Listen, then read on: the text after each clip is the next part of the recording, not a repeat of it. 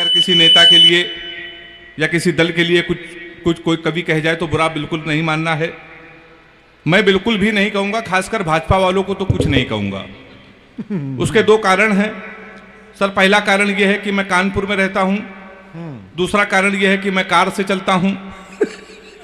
कानपुर वाले की कार जिस दिन से पलटी थी, हमने उसी दिन कसम खा ली कि बीजेपी वालों को हम बिल्कुल नहीं लपेटेंगे, नहीं वो कब हमको लपेट दें इसका कोई भरोसा नहीं है। एक बार ताली बजा के शुरू कर दीजिए। प्रशासन के बड़े लोग बैठे हैं, गौरव भैया को नमन करता हूं। हमारे संतोष भैया कानपुर में थे, यहाँ पर आगे प्रशासन के बड़े अधिकारी हैं।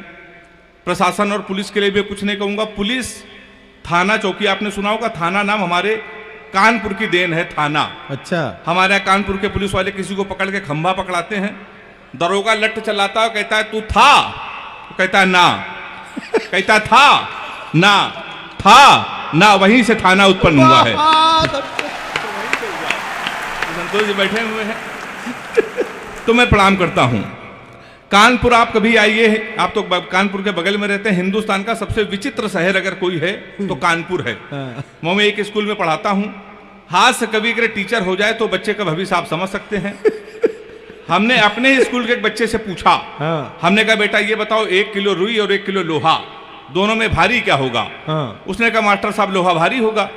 मैंने कहा बेवकूफ, मैं जो तुमसे कह रहा हूं कि 1 किलो रुई 1 किलो लोहा, जब दोनों 1 किलो है तो लोहा कैसे भारी होगा? इसका जवाब सुनिएगा। उसने कहा मास्टर साहब आप हमको 1 किलो रुई फेंक के मारिए, हम आपको 1 किलो लोहा फेंक के मारते हैं। हाँ, ऐसी ताली बजाइए, आप जान जाएंगे क्या भारी होगा। विजय भाई भी बैठे हैं। हमने दूसरा क्वेश्चन पूछा, हमने कहा हिंदुस्तान में सबसे तेज उड़ने वाले पंछी का क्या नाम है? उसने जवाब दिया हाथी। हमने खड़े हो जाओ तुम्हारे बाप क्या करते हैं? उसने कहा योगी जी की बुलडोजर चलाते हैं। हमने कहा बैठ जाओ, हाथी सही जवाब। बहुत अच्छा।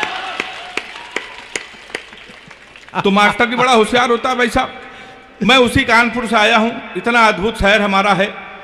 कभी आप बनारस जाइए, आप तो जाते ही होंगे, बनारस जाइए, रेलवे स्टेशन पर उतरिए, वहां लिखा रहता है बनारस का पान आपका स्वागत करता है। कभी आप जाइए, आप कभी आगरा जाइए, वहां उतरिए, वहां लिखा रहता है आगरा का पीठा आपका स्वागत करता है। हमारे कानपुर आइए, रेलवे स्टेशन पर उतरिए, वहां लिखा रहता है रूपानी चप्पल आपका स्वागत करता है। मैं उसी कानपुर से आया हूं साहब। अभी दादा कुमार सर के आशीर्वाद से मैं लाफ्टर चैलेंज में पहुंचा।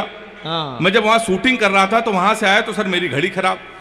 मैंने गौरव भैया जीवन का सबसे बड़ा पाप ये किया, कानपुर वाले से टाइम पूछ लिया, हमारी घड़ी खराब। हमने कहा टाइम क्या हो रहा है? तो हमसे कहने लगा ऐसा गुरु तुरंत यहां से निकल लो, टाइम बहुत खराब है। और हमारे मुंह बिल्कुल मन लगना, नहीं तो तुम्हारा टाइम भी खराब हो जाएगा।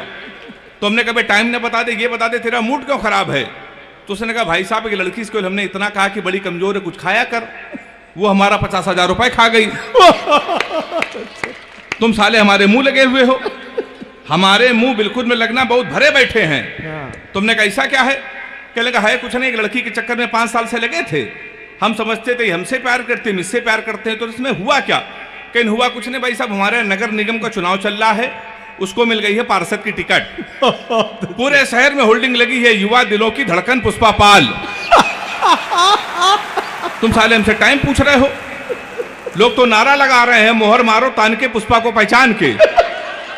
कल एक लड़का कान में नारा लगा रहा था, इस बार हाथ उठा के ताली बजाना, लैया बड़ी करारी है, पुष्पा पाल हमारी है। तो सब हमारा उत्तर प्रदेश सबसे अद्भुत है। सर तो हमारे दिल्ली से आए हुए हैं। आप कभी दिल्ली जाइए, बंबई जाइए, बंबई के लोग अगर पैसा आ जाए तो अपने बच्चों का कैरियर बनाने के लिए सर करोड़ों खर्चा करते हैं। हरियाणा के लोग अपने बच्चे को स्टार बनाते हैं, स्पोर्ट्स में भेजते, करोड़ों खर्चा। उत्तर प्रदेश एक ऐसा प्रदेश है जहां कैरियर बनाने के लिए कोई खर्चा नहीं।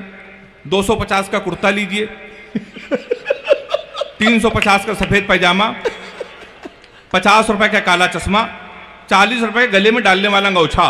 हमारे यहाँ तैयार हो जाता है युवा हृदय सम्राट। ये केवल हमारे उत्तर प्रदेश में होता है सर। तो मैं उसी उत्तर प्रदेश का रहने वाला हूं। लोग बड़ी तुलना करते हैं तुम्हारा उत्तर प्रदेश कितना नकारा है, कितने आलसी लोग हैं। अभी जब हरियाणा के बच्चे ने भाला फेंक के स्वर्ण पदक जीता, तो एक वीर रस के कवि ने हमसे कहा अगर यही भाला हम पाकिस्तान में फेंक दें, पाकिस्तान तो निपट जाएगा। हमने कहा इसमें हिंदुस्तान की बेइज्जती है, भाला इतना बड़ा, पाकिस्तान इतना बड़ा। 4 लाइन में मैंने पाकिस्तान को निपटा दिया है। अगर वो निपट गया हो तो मुझे तालियां बजा के मुझे बताना। मैंने लिखा कपड़े जिस पे टंगते हैं वो कीली फेंक के मारेंगे, कसी हुई ना मिल पाई तो ढीली फेंक के मारेंगे, जो भाला फेंका नीरज ने वो चीन की खातिर रखा है, पाकिस्तान तुमको तो हम तीली फेंक के मारेंगे। हम लोग सब ऐसे ही निपटा देते हैं पाकिस्तान को। लोग बड़ी तुलना करते हैं, पाकिस्तान हमसे कहता है हम कश्मीर ले लेंगे, कश्मीर ले लेंगे, कश्मीर ले लेंगे। हमने कहा बेवकूफ पाकिस्तान, सीमा हैदर तो हमसे ले नहीं पा रहे हो, तुम हमसे कश्मीर ले लोगे। तो लोग बड़ी सब तुलना करते हैं कि हरियाणा के लोग स्वर्ण पदक जीतेंगे, उत्तर प्रदेश के लोग कितने नकारा हैं। हमने कहा इसमें बहुत बड़ा अंतर है।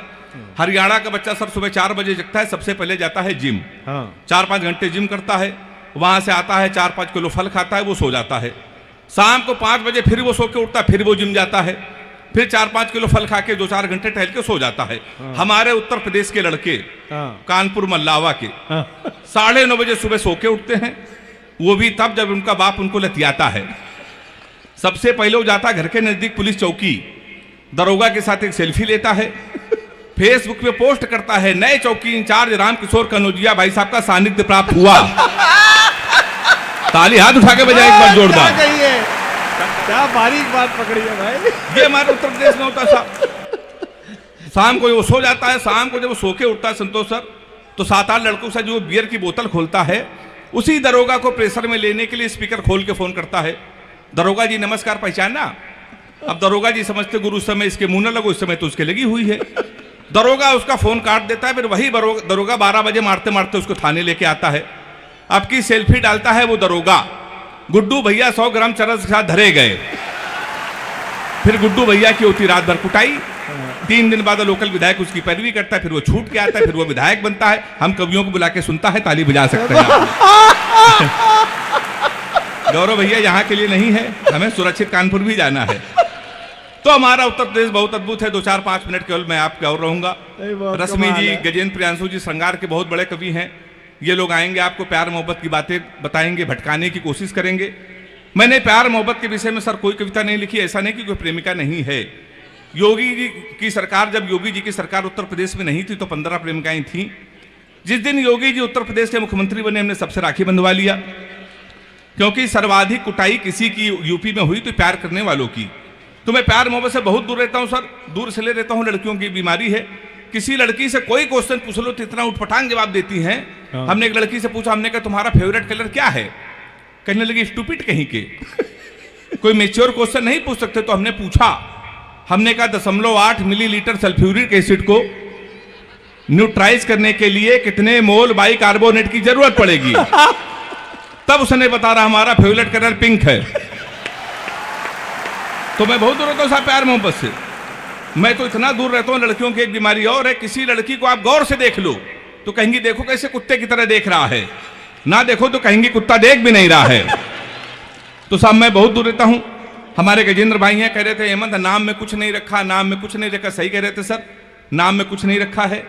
मुस्कान नाम था उसका, वो हमारा नुकसान करके चली गई। फिर हम रोशनी नाम की लड़की में शिफ्ट हुए तो 2.5 साल उसने भी हमको अंधेरे में रखा। लोग सही कहते हैं नाम में कुछ नहीं रखा। इन बेचारे लड़कों को देखिए, ये लड़कियों का नाम मोबाइल में सेव करते हैं, my honey baby, my darling, my sweetheart, my जानू। इन बेचारे लड़कों को देखिए, ये लड़कियों के नाम मोबाइल में सेव करते हैं। पप्पू हलवाई, राशिद प्लम्बर, मुन्ना हवलदार। ताली बजाइए जोरदार। तो हमारे साथ तो साहब ये होता है। अभी सर हमको दुबई ले गए थे देश के सबसे बड़े मुशायरे में।